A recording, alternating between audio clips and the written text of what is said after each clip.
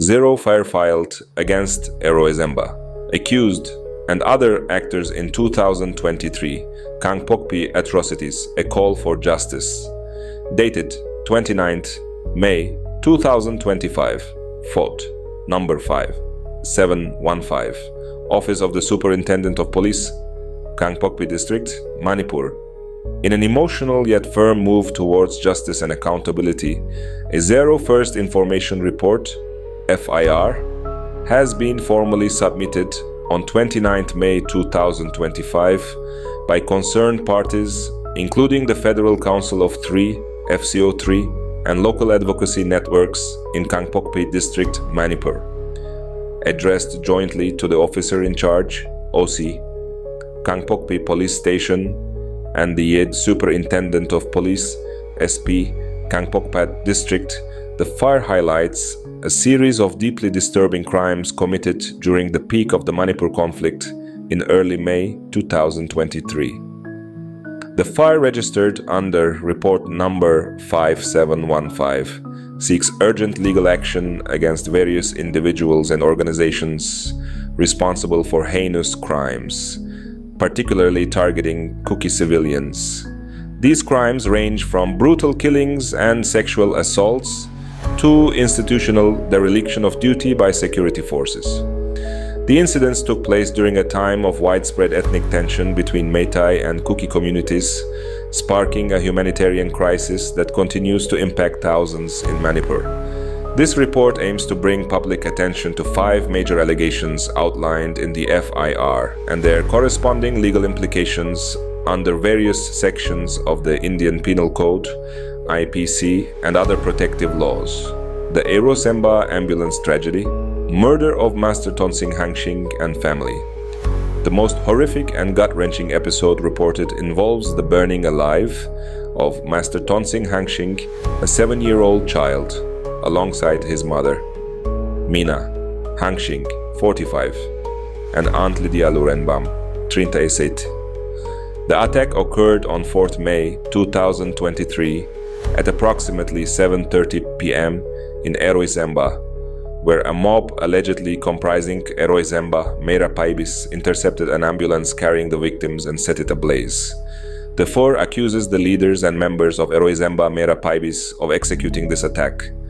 The charges filed include IPC sections 147, rioting, 148, rioting with deadly weapon, 149, unlawful assembly, 302, murder, 307, attempt to murder, 323, voluntarily causing hurt, 324, causing hurt with dangerous weapons, and 326, causing grievous hurt.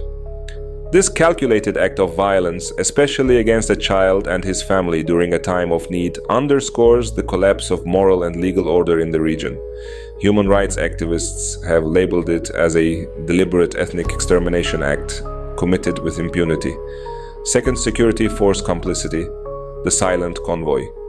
The FIR further outlines the alleged inaction of 3 commando personnel traveling in a gypsy convoy who reportedly witnessed the burning of the ambulance but failed to intervene or protect the victims.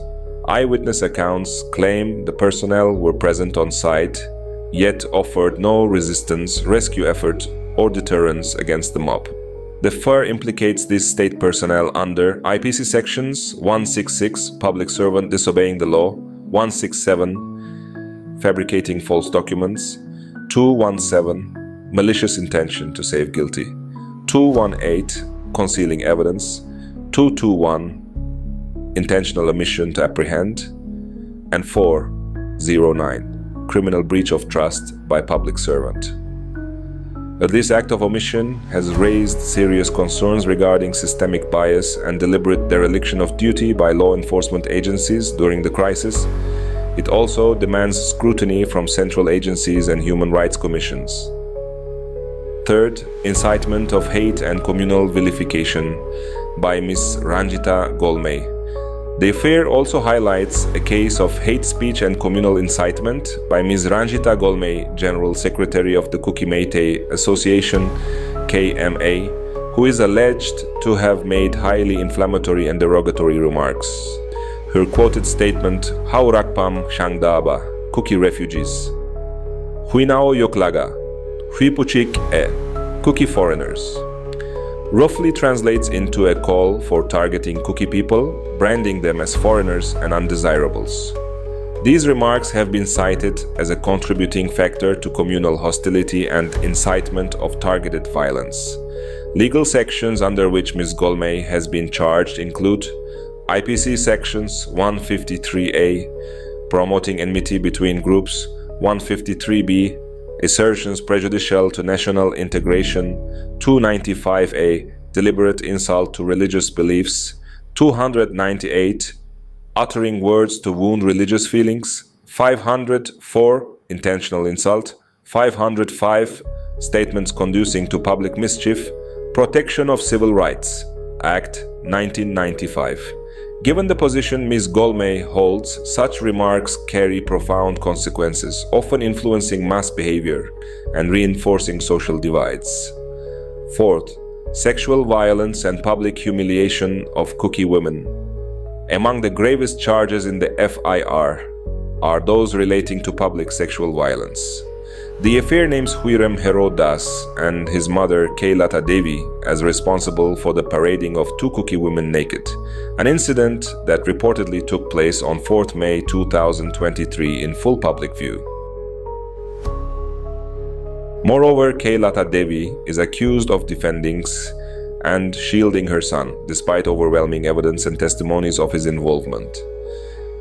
The legal provisions invoked include IPC sections 354, assault on women, 354A, sexual harassment, 354B, assault with intent to disrobe, 354C, voyeurism, 354D, stalking, 375 and 376, rape, 498A, cruelty by husband relatives, sexual harassment of women at workplace, Prevention, Prohibition and Redressal, Act 2013.